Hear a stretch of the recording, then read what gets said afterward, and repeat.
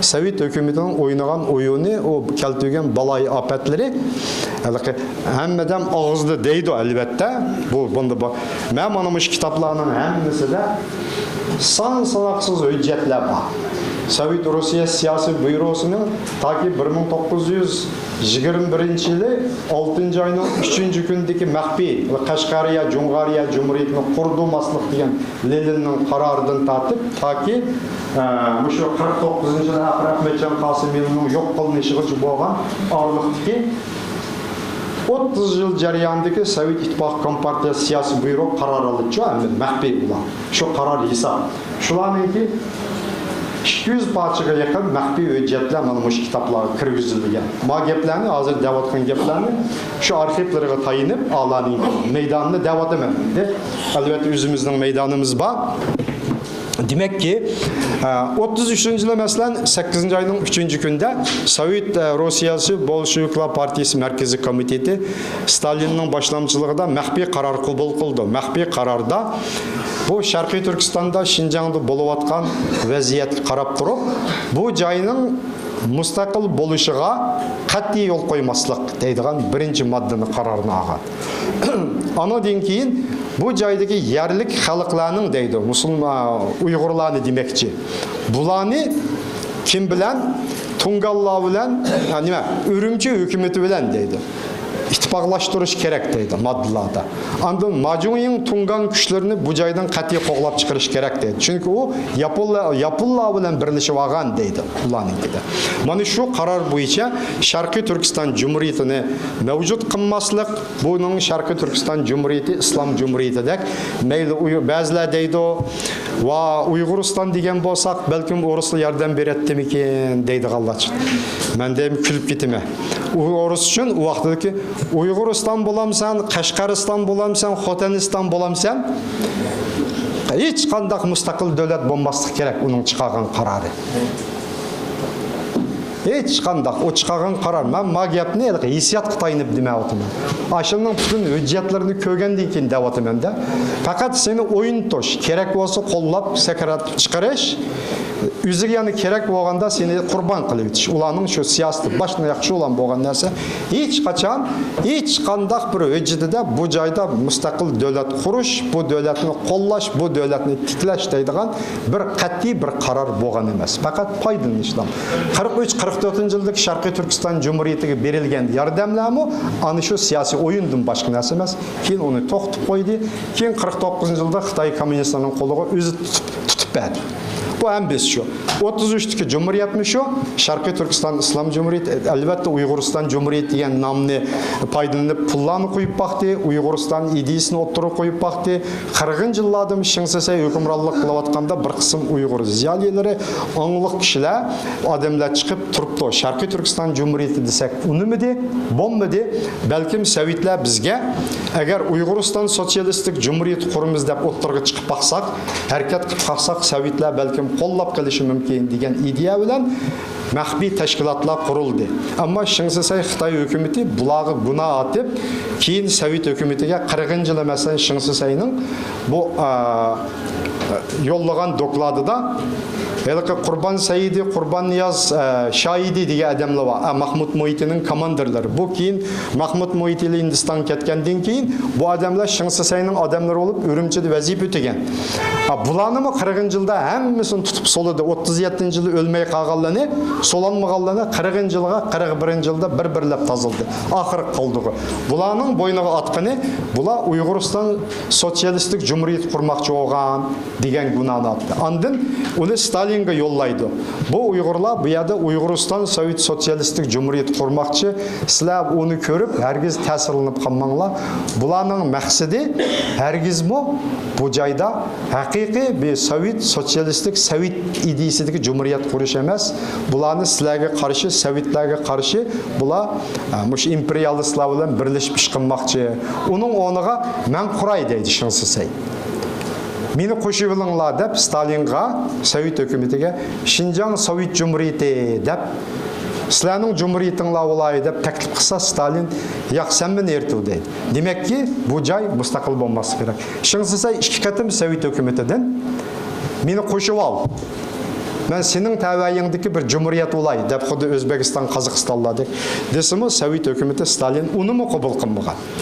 Демек ки, бұл нұқтың аған чағда 49-50 кіші болған Совет өкіметінің мәхби архив әм өйджеттерімізіне тәкшіріп қарағынымызда еш қачан ұндақ нәсі болған әмәс, әмма біздің халқымыз зиялила, аңлық халық, азатлық тәшна болған халық yol іздәш жарияныда, интіліш жариянда түрлік күшләге, түрлік сияси күшләге тайынып бекіш ойығы кәгенде, Совет өкіметіге таянсақ, бәлкім, яқшы боп қалыды деп, оның чырайлық пропагандаларға ішініп бәлік.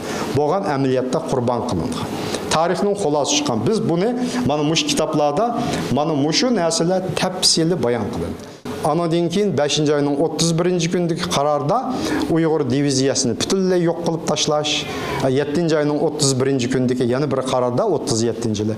Андан Совет армиясыны кіргізді Шарқы Түркістанға. Бұл Уйғырларын түксі yok түштейдіған қарарына аған. Мұшу Қырғызстанның Ош, Нарын деген жайлада bir diviziyadın artıq əskeri gücünü təyarlaydı ular. Asaslıq Özbək bunun içində. Qırğız, Qazaqlı və andın Ruslar şulardan təşkillənən. Birisiga Oşski, yəni birisiga Narinski degan nam berdi məxbi nam. Andın 25 dana aeroplan, andın 21 dana tank ajırtıdı. Abduniyaz qoşullarını bütünlüy yox qılın deb 9-cı aydan başlap andın Ərkəşdam arqılıq, ayaqdan Uşturpan arqılıq aeroplanlı bilan tanka aşılan həmmisi kirib andın Abduniyaz Kamal koşullarını kən köləmlik hücum bilan Aqsu'muş, Avat ətraflarda tarmar qıldı. Ulada oq yox, qoral kəmçil, nurğun pidayla qatnaşqan bəzi mənbələrdə 50 min adam qatnaşqan deydi. Lakin ulanın quluda ondaq nəsələr yox. Bombadan deyin ki, bu bombalarını taşlap 25 aeroplan deyə uçağı çoğngap qırıb jurdağanda şunu ola Abduniyaz Kamal axırı qarşılıq göstərib şu Sovet bombardımanında ölüdü. Anadın keyin bu jayını qaytadan qolğa elib Sovetlar Şingsisayның qolğu tutquzdu. Tutquzub 40 жылға келгенде Şingsisay bilan Sovetlar 50 жыллық məxbi kan kelişimi tüzdü. O kan kelişim bilan bütün Şarkı Türkistanның байлықлары, yarastı altın, kümüş, aşılıq, uran degендек həmmə nəsini qalay deganlar Sovetlar. Şingsisay deganning u joyda hech qandaq namda Duben deb uyanın başlıqdaki olsun əməliyyatda Sovetning qo'ldagi bir joy. Xuddi bir Sovetning bir cumhuriyetidek bir rayonga aylandırıb algan ular o'zi qilganni. Abduniyaz Kamalninki başçılığındaki qo'zg'alan shuni ular oxirgi kurash ana shundaq Sovetlarning bostirishi bilan tugidi. Agar Sovetlar uni qilmagan bo'lsa, Şingsisay tugaydi. Yani ikkinchi qatimda Sharqi Turkiston ozod bo'ladi. Mahmud Muhiteli Hindistonda juda 39-yil hech qanday yo'l yo'q, amal yo'q. Yaponiyaga bordi. U yerning sho'g'ilda oxiri ichkari Xitoyda juda oxirida o'zim o'lib tugidi. Ashundaq bir tragediyalar bu kitapның mana 6-cı tom 3-cü kitapda mana muş Abduniyaz Kamalның kurashları muşu jarayonlar 41-ci yılgacha bo'lganlar bu 731 bet endi. Men 731 betni aran 10 minut davat etaman sizlarga. Naydi jiqkap tragediya shu. Undan keyin Şingsisay hokimiyati Sovetlarning qo'lda bo'lsa-mı 43da Şingsisay baribir Sovet German urushining portlab Moskvaning mag'lub bo'lib Sovetlarning yiqilayotganligini ko'rgandan keyin demak bu davlat tugabdi deb o'zining aksida asli Stalin. Undan yuz o'rib Jankayshning qo'liga o'zini otdi. Shu vaqtgacha Jankayishi hukumati Xitoy markaziy davlat Cumhuriyet Mingo degan hukumat Sharqiy Turkiston kiraliga yo'q. Amaliyotda Sharqiy Turkiston shu vaqtgacha 33lik Sharqiy Turkiston Islom Cumhuriyeti u bo'lmaganda yerlik podshoh bo'lib olgan Xitoylar markazga bo'ysunmaydi ular. G'ayri-rasmiy shaklda o'z oldiga hokimiyat surib olgan bular. O joyning qo'lida kontrol bo'ldi, Xitoylar kiranmagan. Xitoy markaz qilgan hokimiyatning bu joyga kiraliga vaqti aran 50-yildan keyingi ish. Xitoy Xalq Cumhuriyetidan keyin bu joy bir ichkirdagi bir Xitoyning markaziy bir davlatning hukmronligiga o'tgan vaqt 1949-yildagi ishg'oliyatdan keyin amalga oshgan ish. Demakki 43da mana o'tgandan keyin Stalin qaytadan andın Uyg'urlarning ozodlik harakatini qo'zg'ash orqali bu joyga yordam berib, oxirida Sharqiy Turkistonda ikkinchi qatimliq Sharqiy Turkiston milliy ozodlik inqilobining, mustaqillik inqilobining partilishiga oq tarafda turib, qo'llash. Ba'zilar uni qo'zg'atdi deydi. U tayyorlanmagan, qo'zg'almagan odamni sen ursangmi qo'zg'almaydi-ku u.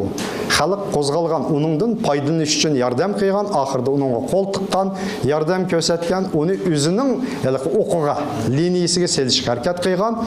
Oxirgi hisobda biz ularga tayandik. U chaq dunyoda hech kim tayanmagan, u tayandigan kuch yo'q Uyg'urlarning. Akan kim nasıl yengen şu degan maqal bo'yicha shu Uyg'urlar ashunga qaragan. Abdurauf Maqsum İbrahim'ning degan gapi bor. O Sharq Turkiston Jumhuriyatining bosh kotibi. Marhum hayat vaqtida. Vay bizmi dötemasdik, shu vaqtda dunyoni bilatdik, siyosatni bilatdik.